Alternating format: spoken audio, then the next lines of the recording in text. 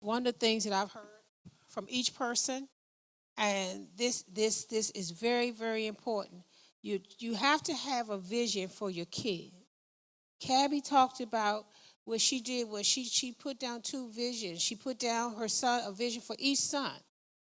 And she asked them, what is your they have to buy in to their future. And unfortunately, this is this mindset from kids, especially now, you know, especially because we have done so much better than our parents that our children don't know our grit. They don't know they're not driven by the same hunger. They don't have a desire to get out of a neighborhood because in their neighborhood they live in beautiful houses.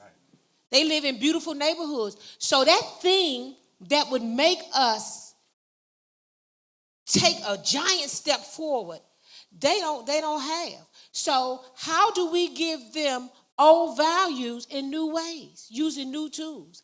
One of them is a vision. One of the things that helped with us with Toledo, we didn't have social media in the sense of Facebook. But Jesus. There were pages, people use pages to send code, wasn't even cell phones. And then later on, maybe MySpace or something came up. But let's just talk about distractions. Right. Let's just put all of that up under distractions. Distractions been here since day one. Eve was distracted in the garden. That ain't even day one, but that's what you think the day one is. But Eve, so it's about distractions. What did we do with Talita to make sure that certain things didn't distract her to the point where she totally lost her way? Well, because we had some leverage. We had leverage because she wanted to be something. Because she told us what she wanted to do. At 4, she told me, I want to be a doctor. I didn't believe it, but she convinced me, okay? She told us that's what she wanted, and we kept it in front of her. So maybe your children don't come right out and say, this is what I want to do.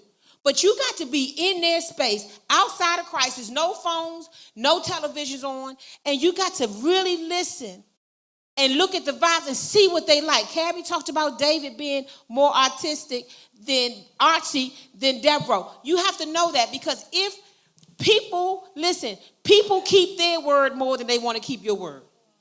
So when you give your child a vision in terms of you know what they like, you know what they want, but you can't distract them with all these clothes, all of these things. You got beautiful hair. Let me make sure your hair is done just right because I want everybody in the street to think I'm a good mom because your hair looks good. I mean, we all know that's true. And so, but there has to be something. How are you dealing with making the attraction bigger than the distraction?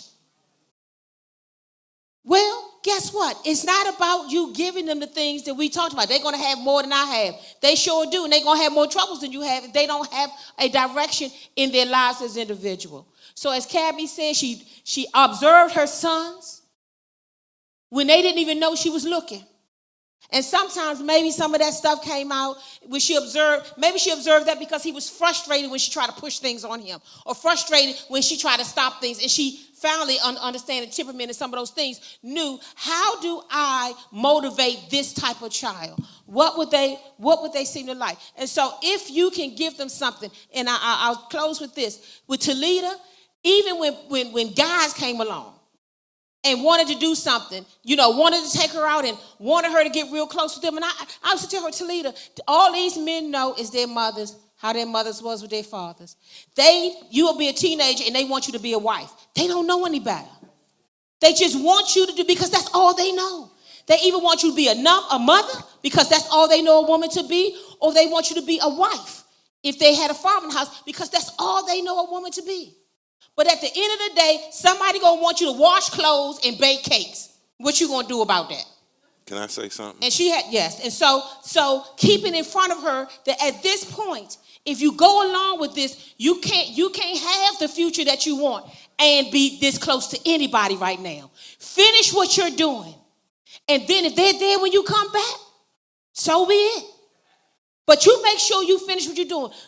But what did I have? I had leverage, because every time somebody came up and looked like they were snatching her attention, I waved that little piece of paper in her face. What about this? You're going to miss out on that. You have to have that because it's all about distraction. My advice was, do you want Kool-Aid or 100% juice.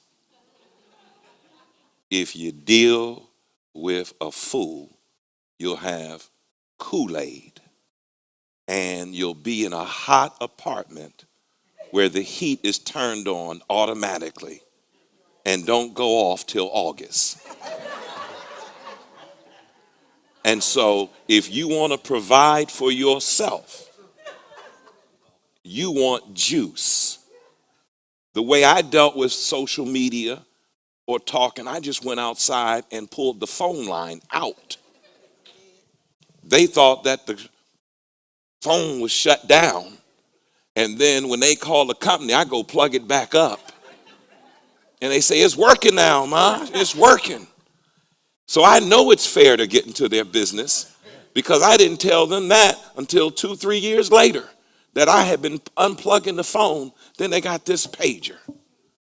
So I'm so glad, but then I'm scared now because I got a granddaughter. And I'm saying, y'all are scaring the mess out of me. And so I'm going to hire you to follow her on social media, because then pretty soon social media going to be in their head. They just going to think and like, come on over. I want to do a transition. I want to go to Joe because he's got some things on social media. And everybody just say this, it's an addiction.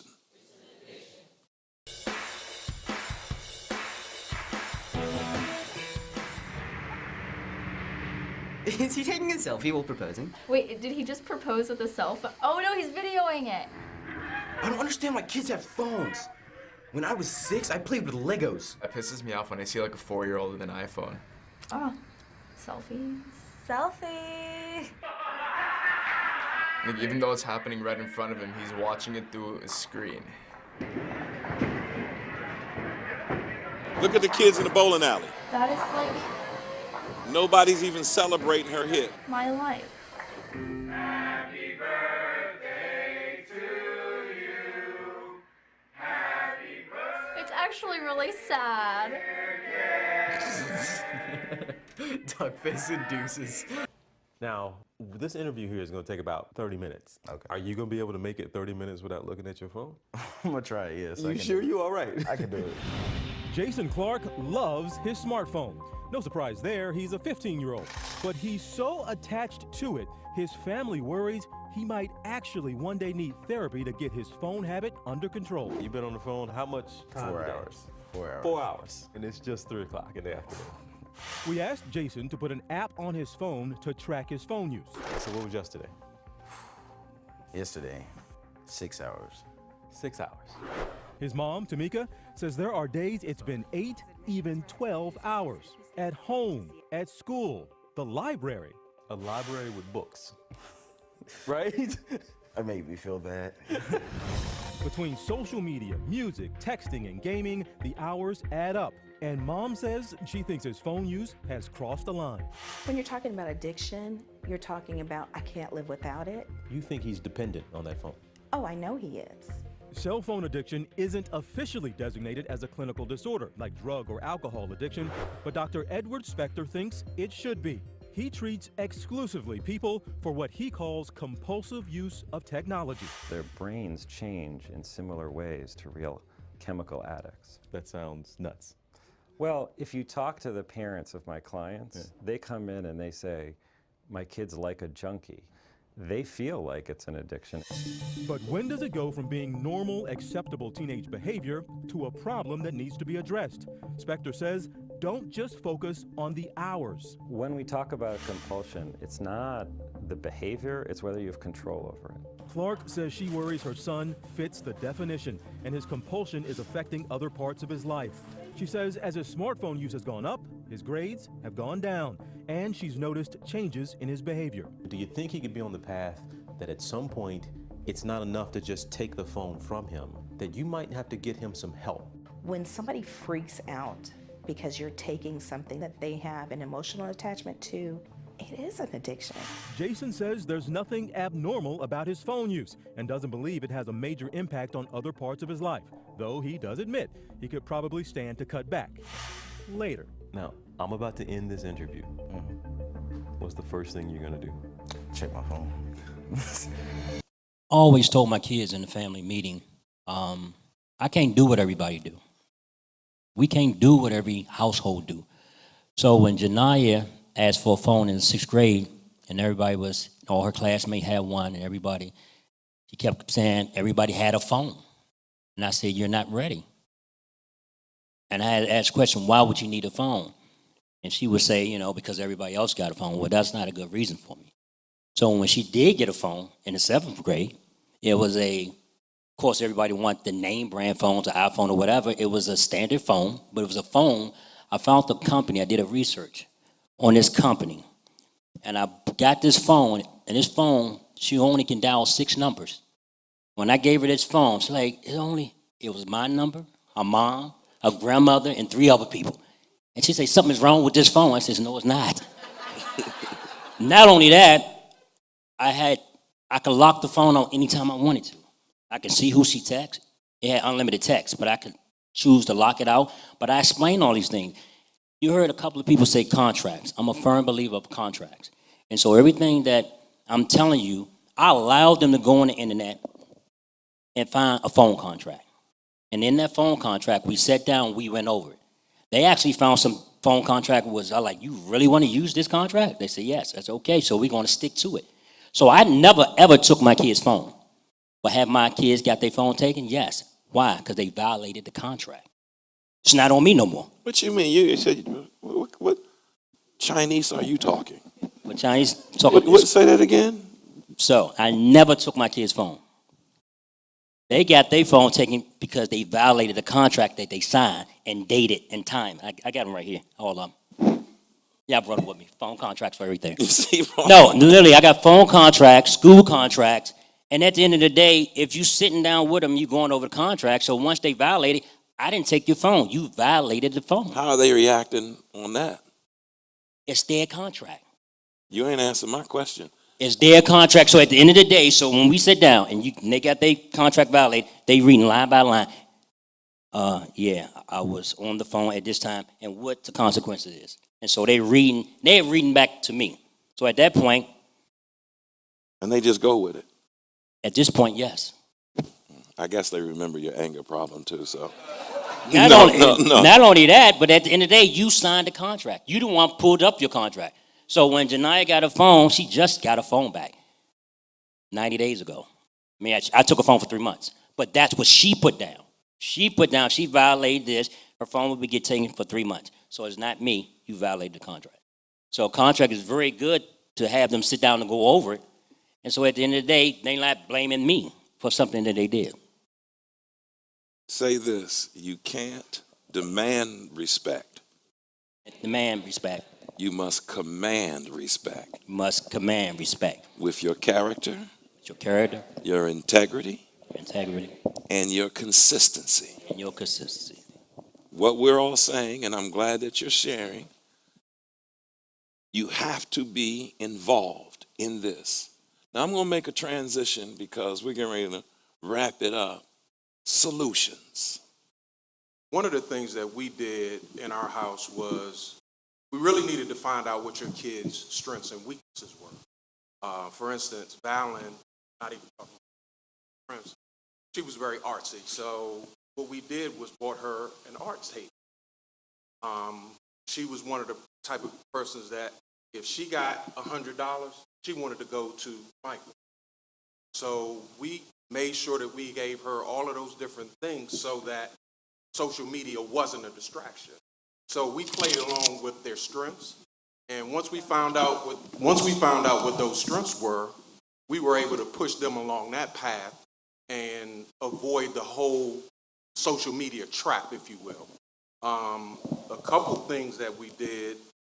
I know when we had the conversation about social media, just talked about some of the ills. For instance, when Lisa talked about Jordan finding out somebody contacting her about the wanting to model. And I'm saying to her, so didn't that strike you odd that some complete stranger thought that you wanted to model?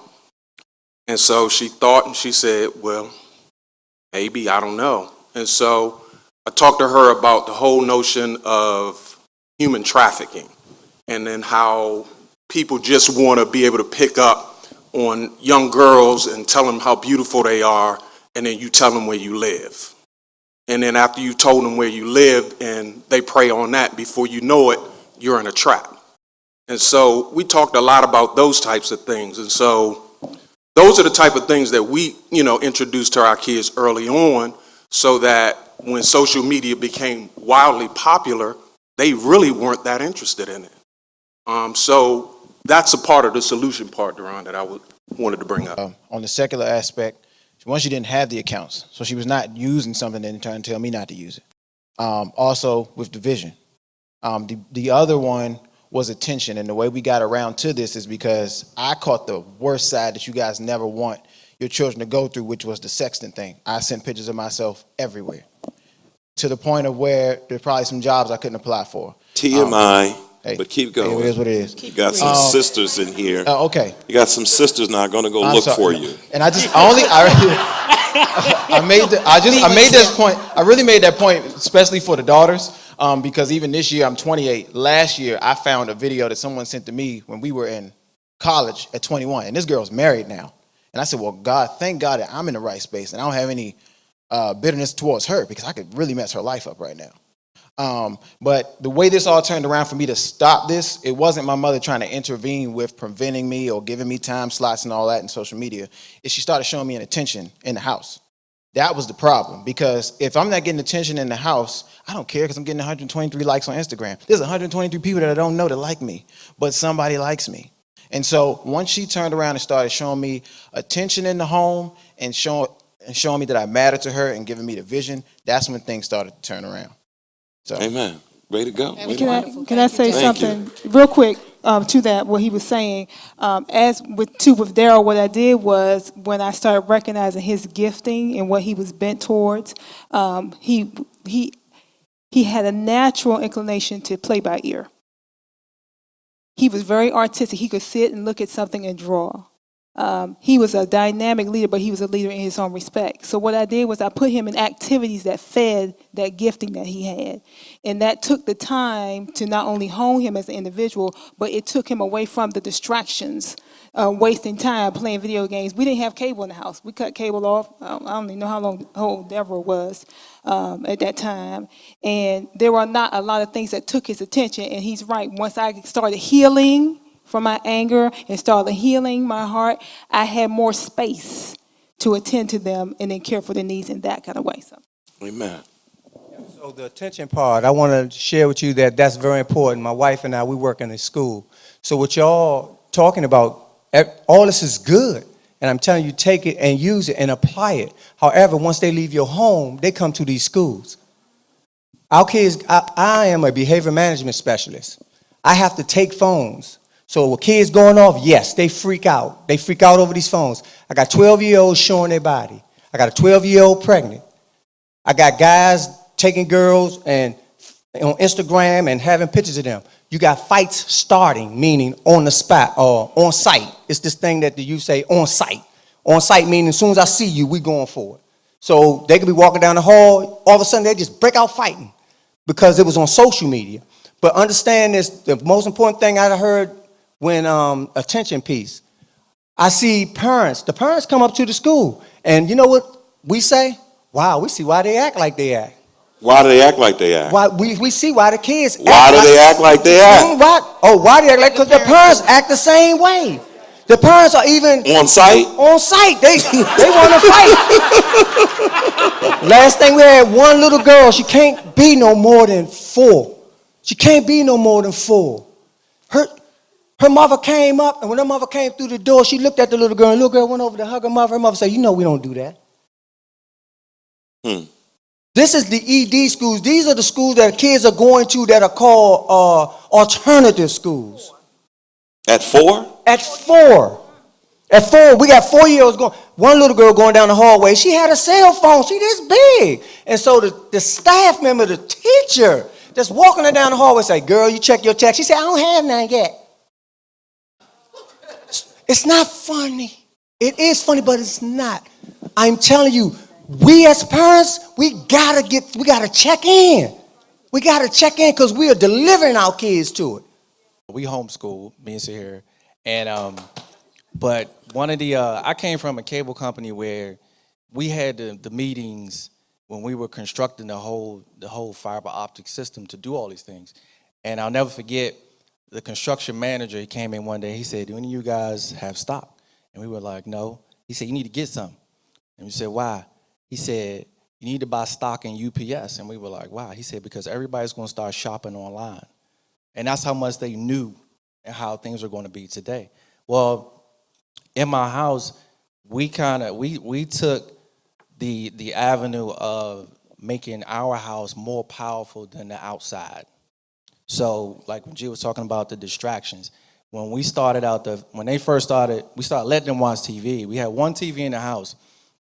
They were maybe 3 or 4 or something like that. But we started out on nature films. So with animals, so I remember, back in elementary school, you see animals, A for alligator, B for, so we let them watch nature films. And what that did was that took the stress off, at least for me and both of us, and that is Bugs Bunny dressing up like a little girl and putting on lipstick. You have to worry about that with a nature film. But then to use the nature films and like if the mother bear had to save the cubs from the wolves, well, we would use those as principles as far as how we were raising them. When they were asked, like, why can't I do certain things at a very small age? We would say, well, you remember the film with the bear? You don't want to have a bear. It's cool, keep going. We're protecting you. Right, exactly. And, throughout that time, when it came to video games, 3 video games in the house. Mario Kart.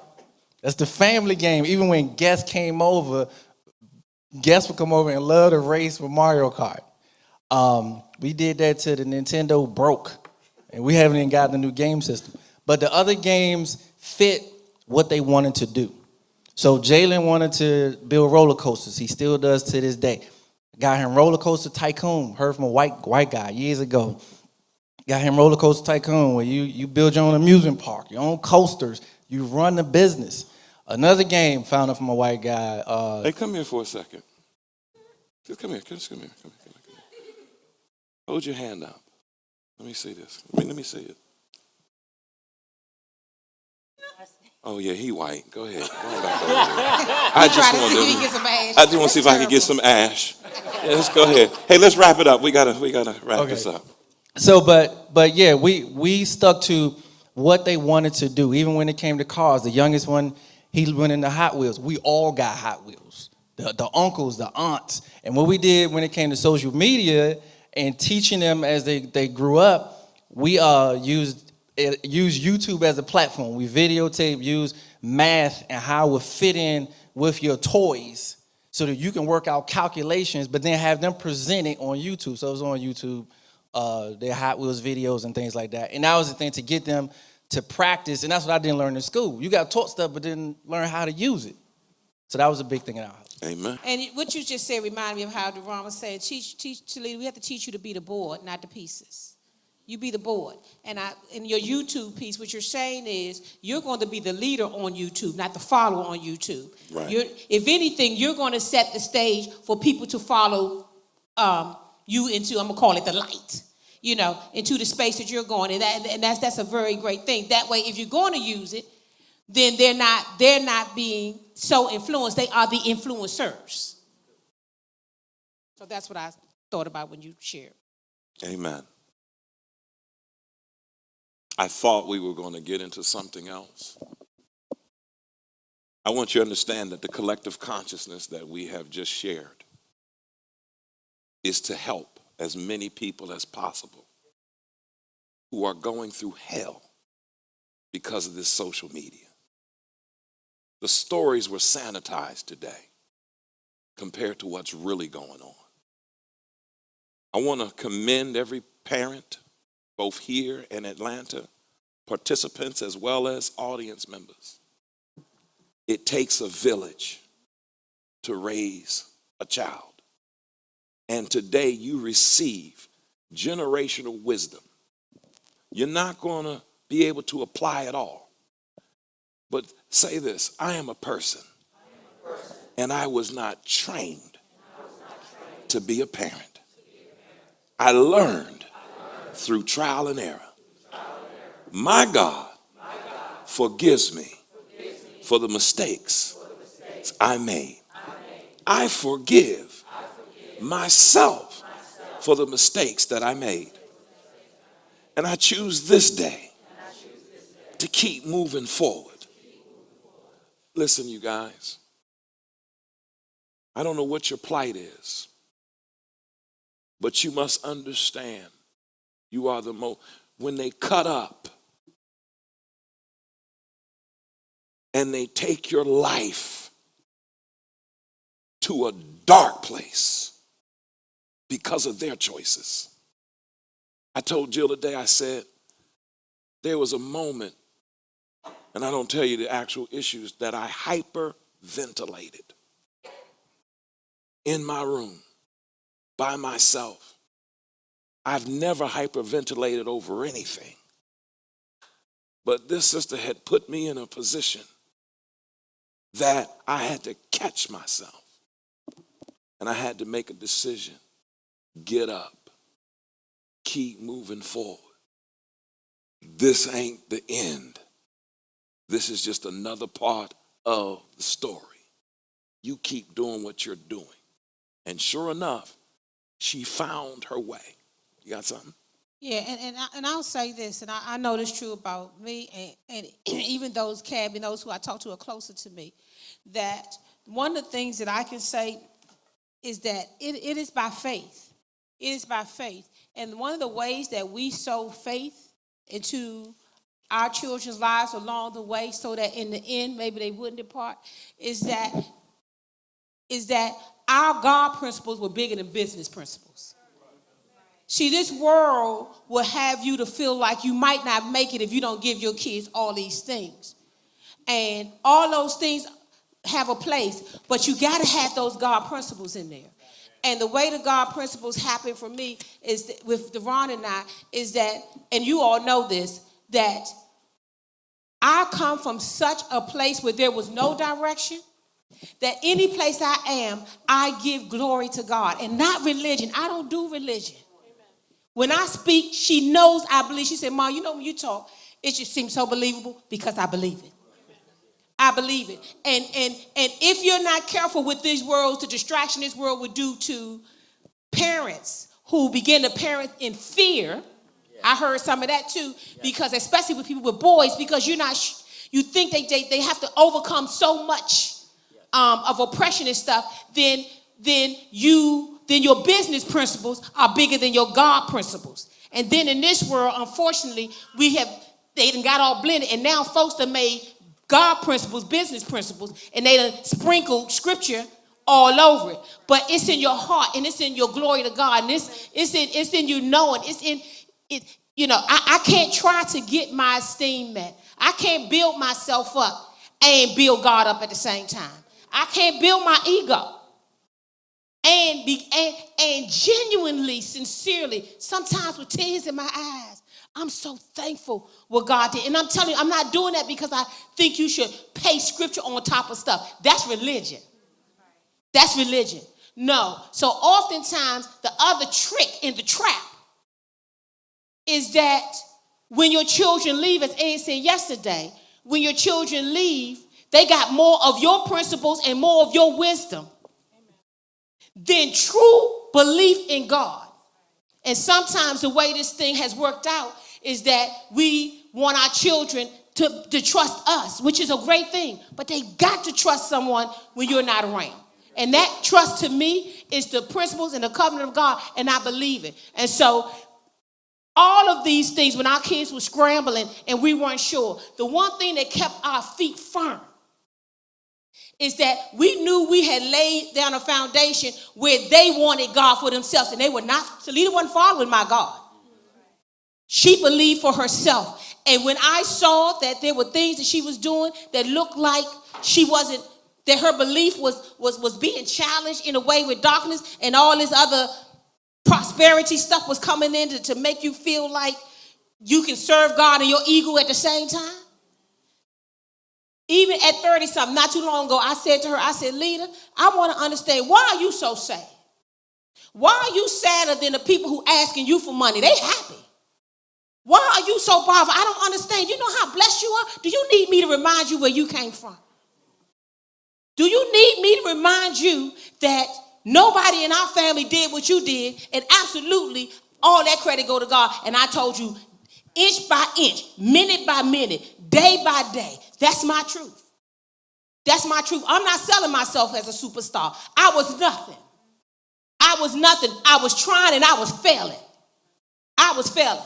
And I only made it, and I'm only in my right mind to lead, because I prayed and I called out. So, as I said to her, I can't tell you why other people made it. I can only tell you why I think I made it. And that's all I have to say. And so, when 2017, it looked like, not that she was falling away to me because I knew the story, but it took my granddaughter a minute to be potty trained. She just real strong-willed, and she decided she didn't want to do it. No. And then one day, she just decided she was doing it. But until then, she couldn't bring her here, or there was things that were the distractions.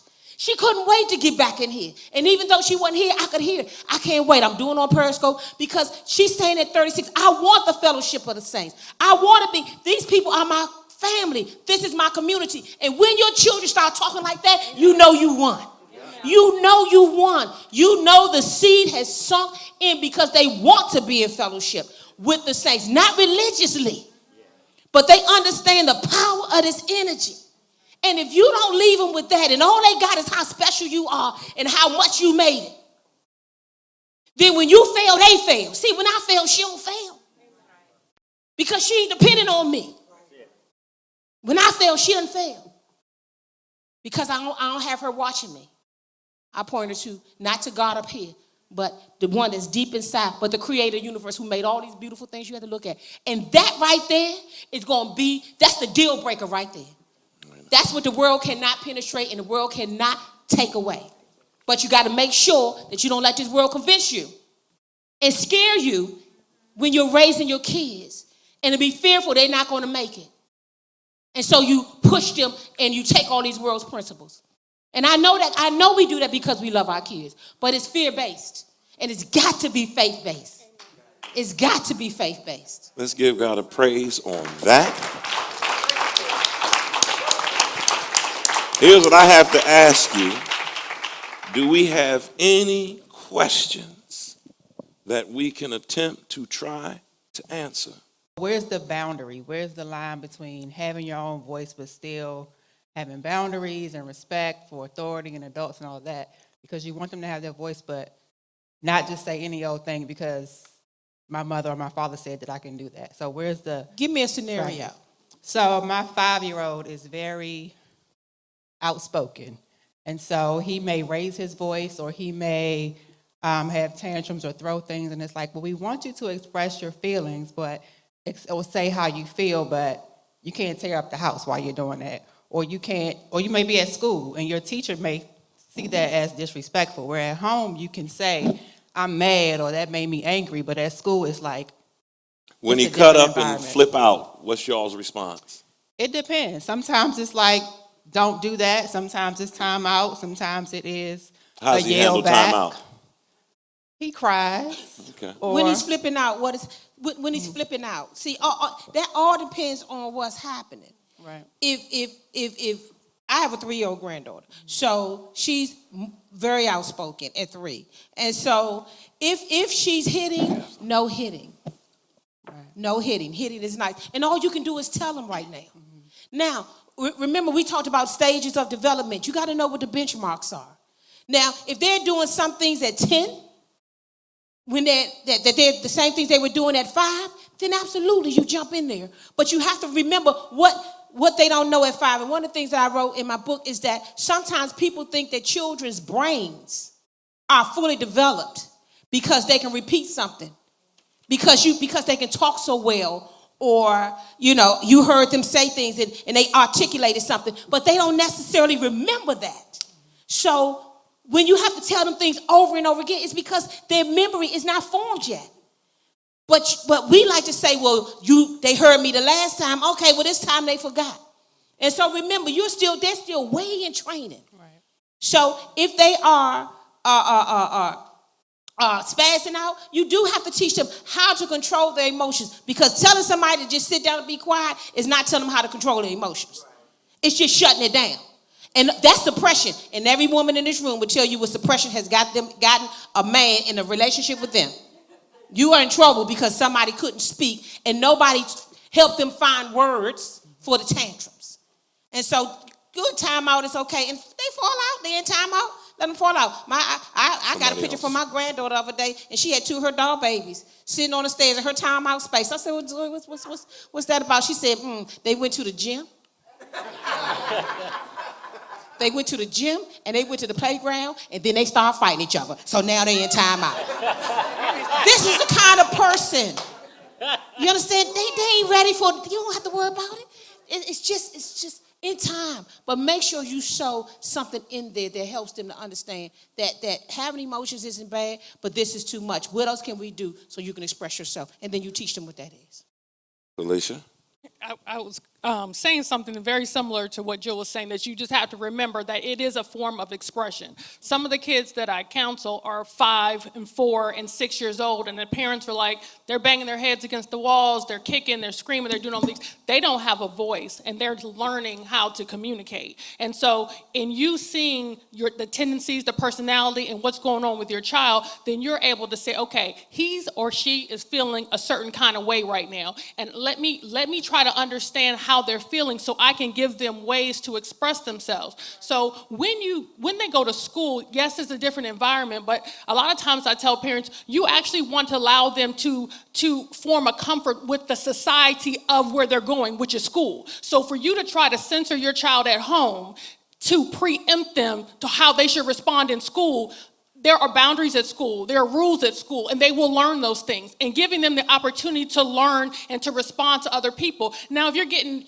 phone calls back and things like that, then you address them as such. But I think a lot of times that we jump right in, and then we already try to preempt what we think is going to happen to set them up, and then you're actually changing their personality and how they will respond because they've actually not responded yet. And they're going to respond differently to you at home than they're actually going to respond at school. So I think kind of giving it an opportunity to play out and for them to mature in their time is important, especially at those early ages. And I want to add this one little thing. Try not to be embarrassed. A lot of times it's hard for us to do that because we are embarrassed by that. Try not to be so embarrassed with someone who you're trying to teach and train. I mean, other people may look at you funny, but you're going to have to take it. Sometimes a good thing to do is talk about the behavior you want, not when it's a crisis, but just during the time, just as you are going along your day. When we get upset, we don't do this. I used to make up stories, and it would just be a catchphrase. I would say, one story was about the boy who stinks. So sometimes I'd be like, we don't feel like dealing with the boy who stinks right now. And so it wasn't a whole language that went with it at that time that they were in crisis, but sometimes it was just remembering those key phrases. I always tell Eden and Evan, sometimes my key word is, you're getting beside yourself. So we have already had discussions about what getting beside yourself looks like. So I'm not in there fussing and screaming and yelling. I'm just saying, you're getting beside yourself. And they already know, kind of what that means, and it helps them to have an understanding without having all of those words all the time. Does that work with Ed? No, I just want to make sure I can try it myself. You're getting beside yourself. Go ahead. Just add another thing to keep in mind, like especially for precocious kids, the kids that can verbalize a lot, even when they're really young. Can you tell us what precocious means? So they're doing things that are really beyond their age. So they're doing things advanced.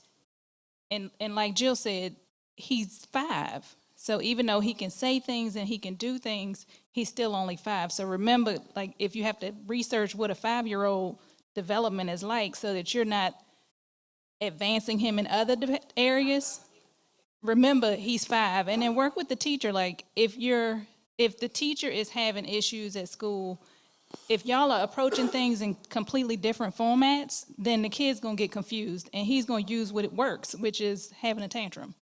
We know adults that still do that. Y'all getting doctor's advice. Y'all don't even know this. I got something I real know. quick. They said somebody got in Atlanta? No, Okay. Go ahead. Well, go ahead. We spoke on creating missions and visions for our family. Can you Mhm. kind of give us some guidance on how to create that in our family meetings? Mission, oh yeah. Mission and vision. Well, the mission and vision, well, I had to observe my children first. I had to see what they were good at and try to hone that. But on top of that, because I was a believer and I had faith in the Lord and that was my life, that came at the top. And I had to understand that they were created for him and by him. So some of the ways I was treating them, mistreating them, that had to go. So first thing in the house, I had a life of prayer. I really had a life of prayer. I had faith in God to help me to navigate my family because it was so chaotic at that time. And one of my first prayers was, can you get rid of the chaos? And then after that, I watched them, I observed them, and actually Jill taught me this with the classes that she had because I knew how to take care of them, feed them, clothe them, but not to grow them as individuals. And we sat down and we talked. And in their later years, I think when they were teenagers, we sat together and we made a mission statement for the family. One of the reasons why they serve like they do is because we agreed to be a cord of three strands. And at that point, I said, so much that God has done for us. Our mission now is as a team and as a family. We're not only going to serve him in our word and deed, but we're going to give back to our community. That was always at the forefront. So those things came together. My values, who I believed in and what I stood for, came in making the mission and vision. I didn't just come up with something. Anybody else? Yeah, I think the value part is important. I've had a couple of families, including my own, where you start off at a later stage, and so sometimes it's easier when they're small because you can kind of set a foundation. But when you've already set certain things in motion, now you're trying to go back and redo certain things that you've already established. So really kind of, we used to do a values game, and you can look on the internet just about different type of values that may be important to you, but they're also going to be important to your children. They're also going to be important to your husband. And figuring out what everyone's value system is, and maybe the top 3 to 5, and then start from that point, and then say, okay, in bringing these values to the home, how do we incorporate that, and what would that look like for you?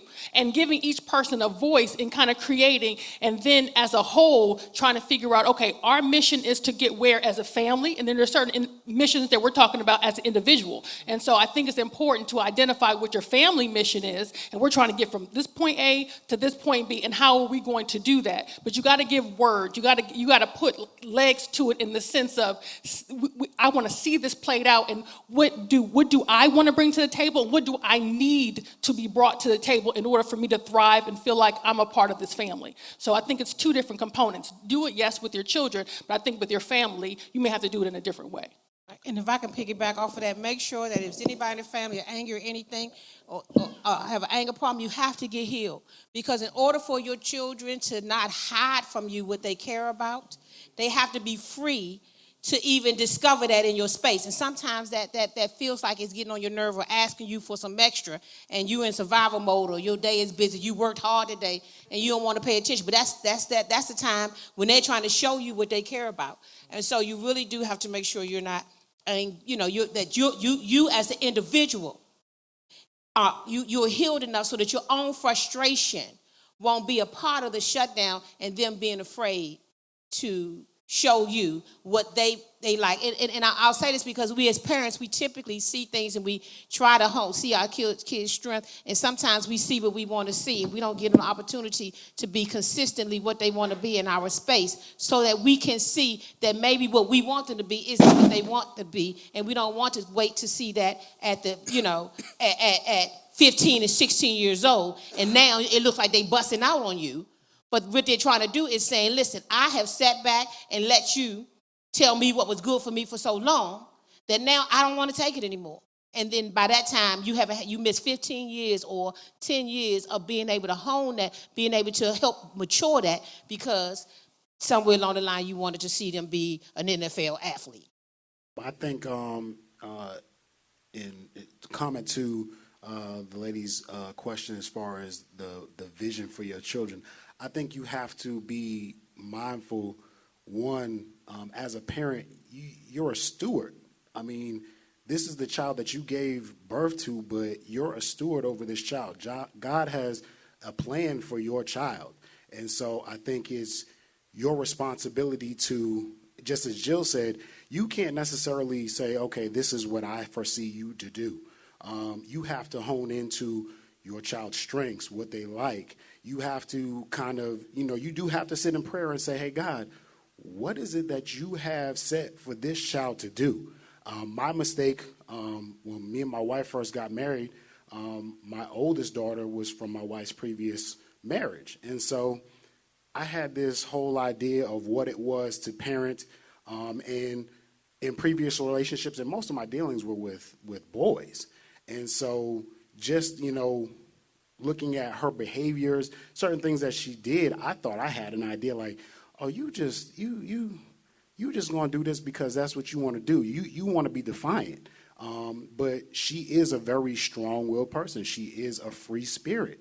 And so I think really what helped me, one of the books was The Birth Order, was just to help me understand her temperament a little bit. But in the same sense, you can't neglect the fact that you actually have to literally sit in a quiet space and ask God, what is it that you would have me to do to nurture this child? I am a steward, and again, my sole job is to make sure that I am raising this child for your glory. And it looks different in different ways, but again, once I got rid of that whole ideology of who I thought my oldest daughter was, I was just free and open to just let her be who she was. Like I said yesterday, she asked 8 million questions, and it's like, okay, look, Jocelyn, I need you to put your clothes on, put your shoes on, so we can go. And it's, okay, are we going to such and such? Are we going? It's like, Jocelyn, look.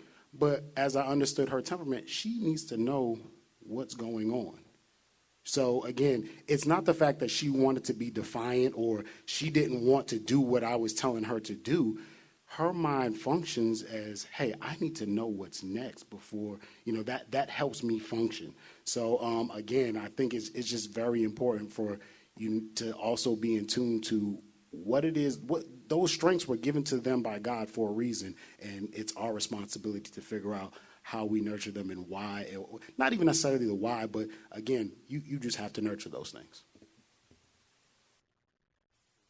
I think the other thing that's very important is with the values, I think you have to live it before your children. I think a lot of times we talk and we teach but I think it's very important to live it before your children. I have daughters, and I never realized how much they watch me until now they're away at school. And when I hear their stories and when I see how they deal with situations, and it was watching us and our values and what we instilled in them. And bigger than anything, it was our faith. We just believed God. We walked every day, and it was just our faith. So I just think it's very important to live it before your children. Amen. I don't have nothing else to say. I think that we have covered it. If you are a parent that is watching this, I challenge you. Listen to this. Parents are people too. We're going to be doing the follow-up to this. Family Matters. What do we call it? Disc Families. The day you understand your daughter's temperament, your son's temperament, your child's temperament, then you'll know how to talk and deal with them. It takes what we have kept hearing over and over tonight. It takes time. Say what? Time. And you can't be distracted by anything else. And you have to put the what? Time in. I don't have time, but we'll deal it next time. I can name every person up here who took their child away for the weekend with just them, who took their son away for the weekend with just them, who spent time. You heard a brother say, I needed what? Time and attention. Father, I thank you for your spirit. I thank you for your power. We have no idea the strongholds that were broken as we spoke. You said, if I be lifted up, I'll draw all men to thee. And you are drawing people to you. Father, let them see and hear in their spirit, it was our faith that kept us in this game. It is our faith that keeps us. Now, Father, encourage anyone whose spirit is low and who's been going through. Let them know, train a child in the way that they should go. And when they get older, they won't depart. And that part, when they get older, that is the faith part on your side. And we thank you, Lord, that we will all have faith. Our kids' choices are not our choices. Yes, we feel bad, but God, let us honor that we've done sometimes the best we can do. Now, Father, give them strength to fight this culture that's trying to steal the hearts and the souls of these children. We know that family matters.